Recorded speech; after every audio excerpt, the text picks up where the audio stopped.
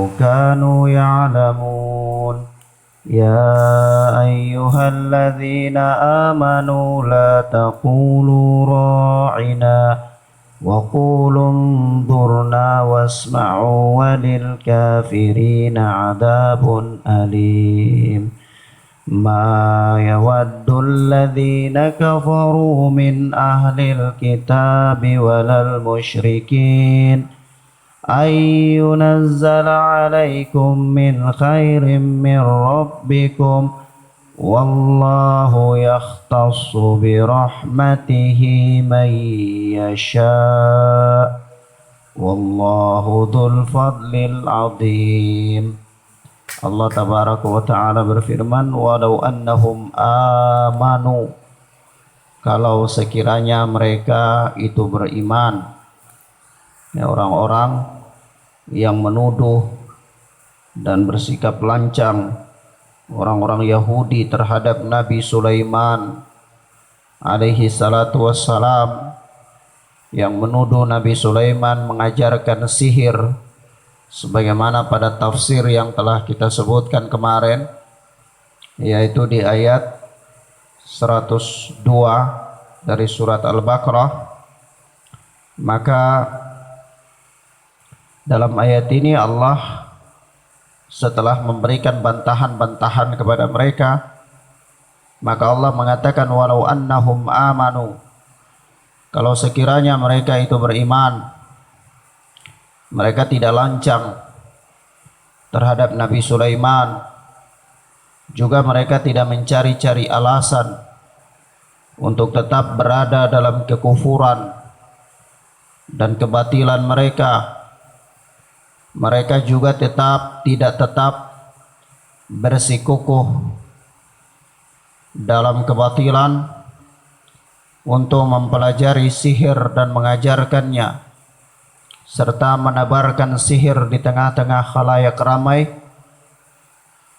Kalau mereka tidak melakukan itu semua, yakni mereka beriman kepada Allah, lalu mereka menjaga dan melestarikan keimanan mereka itu dengan ketakwaan, yakni mereka susuli keyakinan mereka itu dengan melakukan amalan-amalan saleh sebagai suatu bentuk ketakwaan mereka kepada Allah, lamathubatun min indillahi khair, niscaya pahala di sisi Allah itu adalah lebih baik.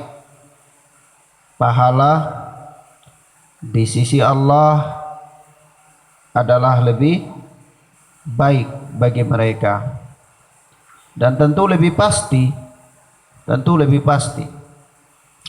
Kenapa? Karena sihir tidak menjanjikan suatu kepastian.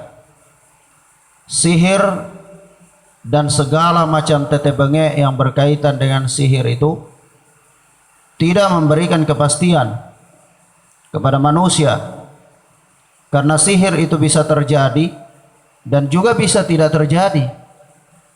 Sihir bisa mendatangkan mudarat dan juga bisa tidak mendatangkan mudarat. Sihir bisa mendatangkan manfaat dan juga bisa tidak mendatangkan manfaat. Yaitu semua sihir itu tidak memberikan jaminan yang pasti, melainkan dia terjadi dan tidaknya itu sesuai dengan izin Allah subhanahu wa ta'ala. Dia sesuai dengan kehendak Allah. Kalau Allah mengizinkan, dia terjadi. Kalau Allah tidak mengizinkan, maka dia tidak terjadi. Akan tetapi pahala di sisi Allah itu pasti. Pahala di sisi Allah itu pasti. Maka Allah mengatakan kalau sekiranya mereka beriman dan bertakwa, niscaya pahala di sisi Allah itu lebih baik dan pasti. Pasti. Nah, tidak ada seorang yang melakukan kebaikan lalu tidak dibalas oleh Allah, itu tidak ada. Tidak ada. Hatta orang kafir. Orang kafir melakukan kebaikan dibalas oleh Allah. Dibalas oleh Allah dengan kebaikan pula. Tetapi Allah tidak membalas mereka di akhirat. Allah membalas mereka di dunia. Kalau orang kafir dia rajin berinfak, dia rajin bersedekah, dia rajin memberi, dia rajin berbagi, maka Allah tambahkan kekayaannya dalam kehidupan dunia, Allah berikan kepada dia. Tapi di akhirat dia tidak mendapatkan pahala. Artinya apa? Artinya bahwa tidak ada kebaikan yang tidak diberikan balasan oleh Allah, tidak ada. Semuanya pasti dibalas oleh Allah. Ada yang dibalas di dunia, ada yang dibalas di akhirat. Tapi keimanan dan ketakwaan itu dibalas oleh Allah di akhirat. Dibalas oleh Allah di akhirat. Dan itu pasti. Itu adalah pasti. Laukanu ya'lamun, kalau sekiranya mereka mengetahui akan hal itu. Kalau sekiranya mereka mengetahui akan hal tersebut, niscaya itu lebih baik. Lebih baik bagi mereka supaya mereka beriman dan komitmen dalam keimanan mereka. Kemudian Allah Subhanahu wa taala berfirman, "Ya ayyuhalladzina amanu." Hai orang-orang yang beriman. Allah di dalam ayat ini memanggil dengan panggilan keimanan, menyeru manusia yang beriman. Karena memang ayat ini adalah teguran Allah kepada orang-orang Yahudi yang mana mereka bersikap tidak sopan terhadap Rasulullah dan para sahabatnya. Orang-orang Yahudi itu tidak sopan, tidak ada sopan-sopannya terhadap Rasulullah dan para sahabatnya. Kerap kali mereka mengejek, mereka memfitnah, mereka mendiskreditkan, dan seterusnya. Bahkan tidak tanggung-tanggung mereka memerangi Rasulullah dan para sahabatnya. Maka Allah dalam ayat yang mulia ini Allah menyeru, yaitu ya ayyuhalladzina amanu, hai orang-orang yang beriman, la taqulu ra'ina, janganlah kalian berkata ra'ina, wa qulu unzurna, tetapi katakanlah unzurna. Ra'ina dan unzurna ini sama makna, pengertiannya sama makna, yaitu lihatlah kepada kami, perhatikanlah kami, sama makna. Tapi Allah melarang dari menggunakan kata ra'ina. Allah memerintahkan dengan menggunakan kata unzurna. Kenapa? Karena orang-orang Yahudi menggunakan kata ra'ina ini mereka selewengkan sehingga dia jatuh pada makna yang tidak baik. Maka Allah Subhanahu wa taala dalam rangka supaya tidak terjadi kejelekan, jadi ini masuk di dalam bab orang-orang yang biasanya menggunakan ayat-ayat untuk bercanda, ya. Bercanda untuk buat ketawa-ketawa, lalu dia selewengkan, ya, selewengkan maknanya atau selewengkan bacaannya dan seterusnya. Ini tidak boleh. Ini tidak boleh. Karena memang itulah uslubnya orang-orang Yahudi. Orang-orang Yahudi demikian. Makanya Allah Subhanahu wa taala mengatakan, ya ayyuhalladzina amanu la taqulu ra'ina wa qulu unzurna wasma'u, dan dengarlah, walil kafirina adzabun alim, dan sungguh bagi orang-orang kafir itu azab yang pedih. Bagi orang-orang kafir itu azab yang pedih.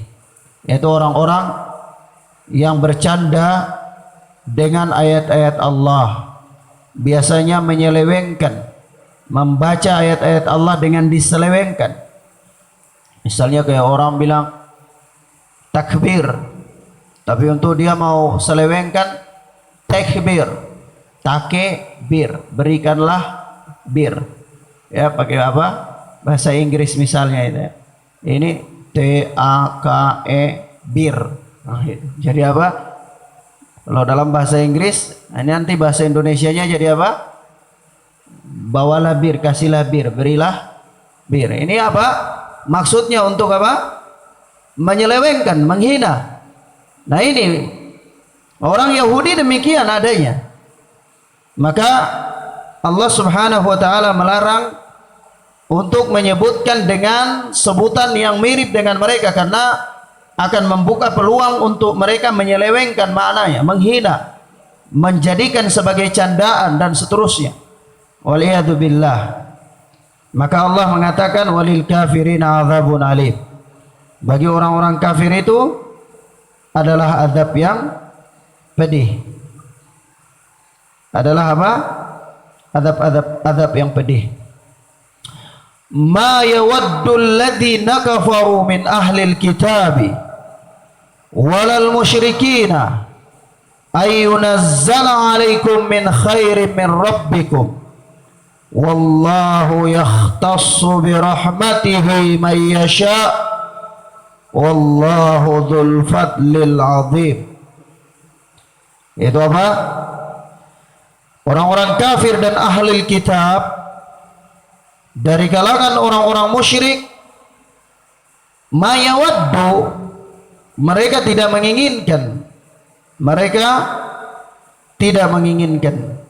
ayyunazzala alaikum min khairin min rabbikum, untuk diturunkan kepada kalian suatu kebaikan dari Rabb kalian. Wallahu, padahal Allah yakhtassu bi rahmatihi may yasha, memberikan secara khusus rahmatnya kepada siapa yang Allah kehendaki. Wallahu dzul fadlil azim, dan Allah tabaraka wa taala adalah zat yang mempunyai karunia yang besar, yang mempunyai karunia yang agung. Maka perhatikan di sini ikhwan, ayat yang mulia ini, masya Allah, Allah membongkar hati orang-orang kafir, baik dari kalangan ahlul kitab maupun dari kalangan orang-orang musyrikin Makkah. Yaitu apa isi hati mereka? Mereka itu tidak ingin sama sekali Allah memberikan kebaikan kepada Rasulullah dan para sahabat. Mereka tidak ingin itu. Mereka dengki, mereka hasad. Mereka apa? Dengki dan hasad. Tidak sopan dan sok mengatur Allah. Ingin mau mengatur Allah, bahwa jangan berikan kepada mereka itu kebaikan, tapi berikan kepada ini dan itu. Ya, naam. Dan masya Allah, Allah membongkar isi hati mereka. Dan manusia dari kalangan orang-orang yang mengaku dirinya Islam, yang berjalan di atas jalannya orang-orang kafir dari kalangan Yahudi dan Nasara ini, dan orang-orang musyrik, yaitu dari kalangan ahlul kitab dan orang-orang musyrik, berjalan pada jalan mereka, yaitu tidak ingin kalau Allah memberikan kebaikan kepada seseorang, tidak ingin kalau orang alim, tidak ingin kalau orang yang baik, tidak ingin kalau orang yang baik itu mendapatkan kebaikan, tidak ingin. Dia hasad, dia dengki, dia mau kalau kebaikan itu hanya monopoli dirinya sendiri, seolah-olah kebaikan tidak boleh dibagi kepada orang lain. Rahmat Allah ini tidak boleh diberikan kepada orang lain, harus kepada dirinya sendiri. Kedengkiannya, kehasatannya, sehingga apa? Seolah-olah dia ingin monopoli itu semua. Dia ingin atur Allah dalam hal ini. Dan orang-orang kafir dari kalangan ahli kitab dan musyrikin ini seperti itu. Nah, orang-orang munafik dari kalangan kaum muslimin juga berjalan pada jalan mereka. Berjalan pada jalan mereka, dan Allah ungkapkan isi hati mereka. Lalu Allah apa bantah mereka? Allah Subhanahu wa taala pertegaskan bahwa Allahu yahtassu bi rahmatihi may yasha. Urusan memberikan nikmat dan karunia kepada siapa saja dari hamba-hamba Allah itu urusan Allah. Maka Allah berhak untuk mengkhususkan rahmatnya kepada siapa saja yang Allah kehendaki. Apakah Allah akan memberikannya kepada buruh kasar? Allah memberikan rahmatnya kepada seorang yang mempunyai nasab yang terpandang, atau Allah memberikan rahmatnya kepada seorang yang mungkin kerjanya adalah kerja kasar atau di tengah-tengah masyarakat mungkin tidak terpandang? Allah berhak memberikan rahmat kepada siapa saja yang Allah kehendaki.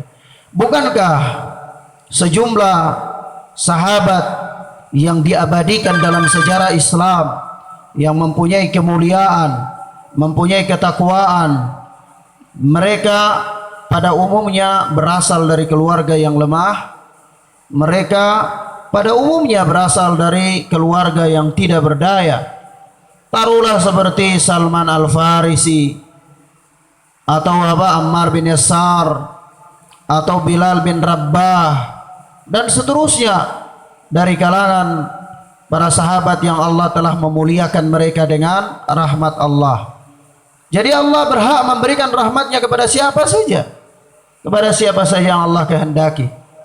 Wallahu yakhtassu bi rahmatihi may yasha. Allah mengkhususkan memberikan rahmatnya kepada siapa yang Allah kehendaki.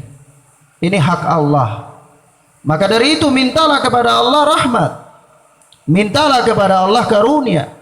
Karena Allah mengatakan dalam ayatnya, laula fadlullahi alaikum wa rahmatuhu lakuntum minal khashirin. Kalau bukan karena karunia Allah dan rahmatnya untuk kalian, niscaya kalian ini termasuk orang-orang yang merugi, kata Allah. Niscaya kalian termasuk orang-orang yang merugi. Maka jangan hasad kalau Allah memberikan kebaikan itu kepada seseorang. Jangan iri, jangan dengki kalau Allah mengkhususkan memberikan karunia, rahmat, keutamaan kepada seseorang. Tapi mintalah kepada Allah rahmat yang sama yang Allah berikan kepada seseorang. Kalau Allah utamakan seseorang dengan karunia, ketakwaan, kealiman, Allah muliakan dia dengan keilmuan, Allah muliakan dia menjadi seorang yang abid, ahli ibadah, maka kita minta kepada Allah supaya Allah jadikan kita juga seperti itu. Kenapa? Karena wallahu yakhtassu bi rahmatihi may yasha. Allah mengkhususkan rahmatnya kepada siapa yang Allah kehendaki. Jangan hasad, jangan hasad, dan jangan dengki. Jangan hasad dan jangan dengki, tapi minta kepada Allah rahmat, minta kepada Allah karunia. Karena kalau bukan karena karunia Allah, bukan pula karena rahmat Allah yang Allah curahkan atas kalian, niscaya kalian ini semua termasuk orang-orang yang rugi. Tidak ada keberuntungannya. Tidak ada keberuntungannya. Kalau Allah cabut rahmat itu dari kita, kalau Allah halangi kita dari karunia-Nya, maka tidak ada apa-apanya kita, terpuruknya kita, lemahnya kita, tidak berdayanya kita, dan ruginya kita di hadapan Allah Subhanahu wa ta'ala. Wallahu dzul fadlil azim. Dan Allah adalah zat yang mempunyai karunia yang besar. Allah mempunyai karunia yang agung, kata Allah tabaraka wa ta'ala. Naam. Demikian akhwana fiddin, a'azzani Allah wa iyyakum. Subhanaka Allahumma wa bihamdika asyhadu an la ilaha illa anta astaghfiruka wa atubu ilaik. Assalamualaikum warahmatullahi wabarakatuh.